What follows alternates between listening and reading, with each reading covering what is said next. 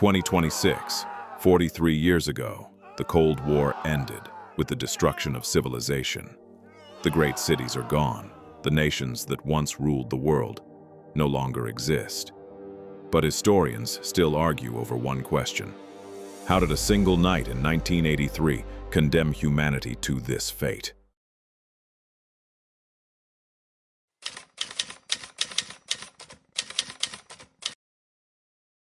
In 1983, the world was living on borrowed time.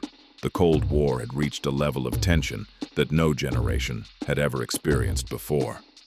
The United States and the Soviet Union were not openly at war, yet every military system, every radar station, every submarine, every missile silo was prepared for one single moment: the end. Both superpowers believed they could survive a nuclear exchange, but in reality, nobody could. And in this timeline, history does not get a second chance. Deep inside a Soviet early warning facility, thousands of kilometers from Moscow, radar operators monitor the night sky. Everything is silent, until suddenly the screens begin to change. Multiple, fast-moving objects appear over the horizon. Their trajectories are confirmed almost instantly. Ballistic missiles launched from the United States. At first, confusion, then panic, and finally, a terrifying conclusion begins to form inside the command center. This is it. The war has started, but what nobody knows yet is that the system is lying. In a matter of seconds, the bunker transforms from a monitoring station into a psychological pressure chamber. Officers are screaming for verification. Data analysts attempt to cross-check the signals, but every screen shows the same result: incoming nuclear strike. The protocol is clear. If confirmed, retaliation must begin immediately. But confirmation takes time, and time, in this moment, is a luxury no one believes they have. Inside this bunker, human judgment is about to be tested under impossible conditions. A senior Soviet officer is now faced with a choice that no training can truly prepare him for. Disobey the system and risk annihilation if the attack is real, or trust the machines and potentially trigger the end of civilization. Surrounded by alarms, flashing red lights, and escalating urgency, doubt slowly collapses under fear. And then, the decision is made. The alert is confirmed. The chain reaction begins. Within minutes, the highest levels of Soviet military command are notified. The situation is no longer local. It is existential. The message is transmitted through secure channels. Authorization for full nuclear retaliation. In missile silos, scattered across the Soviet Union, keys are turned. Codes are entered. Systems awaken after years of preparation. And one by one, nuclear missiles begin to rise from the Earth. On the other side of the world, early warning systems in the United States detect something unprecedented. Dozens of objects, then hundreds, all launched from Soviet territory. At first, analysts attempt to interpret the data as a malfunction, a glitch, a false reading. But very quickly, that hope disappears. The trajectory is undeniable. These missiles are real. The United States is under nuclear attack.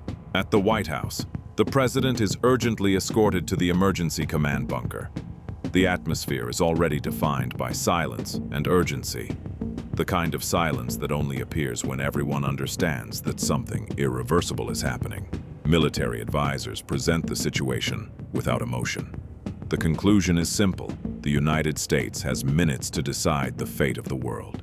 The entire Cold War strategy was built on one idea: mutual, assured destruction. The belief that neither side would ever strike first because both would be annihilated in return. But now, that theory is becoming reality. Because whether the Soviet attack was intentional or accidental no longer matters. The response is already being prepared, and once retaliation begins, there is no stopping it. The order is given. Across the United States, underground silos open like mechanical wounds in the earth. Strategic bombers are launched. Submarine fleets receive final transmission orders. Hundreds of nuclear warheads are now airborne. not as a warning, not as a negotiation, but as a response to extinction. The world's most powerful nations are now actively destroying each other. Minutes later, the first warheads reach their targets. Cities vanish in an instant. New York disappears in a flash of white light. Washington is erased from the map. Moscow is consumed by fire. Entire urban regions collapse simultaneously across continents. There are no front lines anymore, only impact zones. As the conflict unfolds, other nuclear powers are pulled in. Misinterpretation spreads faster than communication. Britain launches. France responds. China prepares its own defensive strike. What began as a bilateral exchange has become a global chain reaction. Every second adds new detonations to the sky.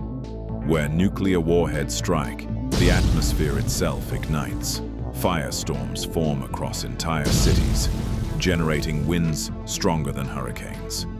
Oxygen is consumed so rapidly that survival becomes impossible, even outside direct blast zones.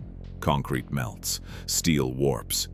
Entire districts collapse into molten ruins. Civilization is not just destroyed, it is physically erased. But the true, long-term consequence of nuclear war is not fire, it is darkness. Massive quantities of soot and radioactive dust rise into the upper atmosphere, forming a global shield that blocks sunlight. Temperatures begin to drop rapidly across the planet. What follows is not immediate death, but slow ecological collapse. Within months, agricultural systems begin to fail worldwide. Without sunlight, crops stop growing, soil freezes, livestock dies in massive numbers, supply chains no longer exist, transportation networks have collapsed, even regions untouched by direct strikes are now affected by starvation. The war has expanded beyond fire into famine. Central governments collapse under the weight of simultaneous crises. Communication networks fail. Administrative systems break down. Emergency leadership structures become isolated and ineffective. What remains of political authority is fragmented, localized, and often militarized. The concept of nation-states begins to dissolve entirely. Underground bunkers become the last functioning shelters of organized human life. Military bases, research facilities, and deep underground complexes attempt to maintain order, but resources are limited, trust is fragile, and time is running out. Outside these structures, survival becomes a matter of chance, geography, and luck. Across the planet, isolated groups begin to emerge. High mountains, remote islands, underground metro systems. These become unexpected refuges. Humanity no longer exists as a unified civilization. It exists as scattered fragments disconnected from one another, each trying to survive independently. Above Earth, satellites drift silently in decaying orbits. Without maintenance or control signals, global communication networks fail completely. Navigation systems collapse. Global awareness disappears. The planet becomes technologically blind. For the first time in decades, humanity cannot see itself as a whole. As decades pass, recorded history begins to fade. Without digital infrastructure, archives degrade. Knowledge becomes fragmented, passed down orally or preserved in isolated documents. The Cold War, once a defining global tension, slowly transforms into myth, a story told by survivors, not a documented event. 50 years after the nuclear exchange, Earth is no longer uninhabitable, but it is unrecognizable. Small communities have rebuilt limited systems of communication and agriculture. Primitive radios reconnect distant regions.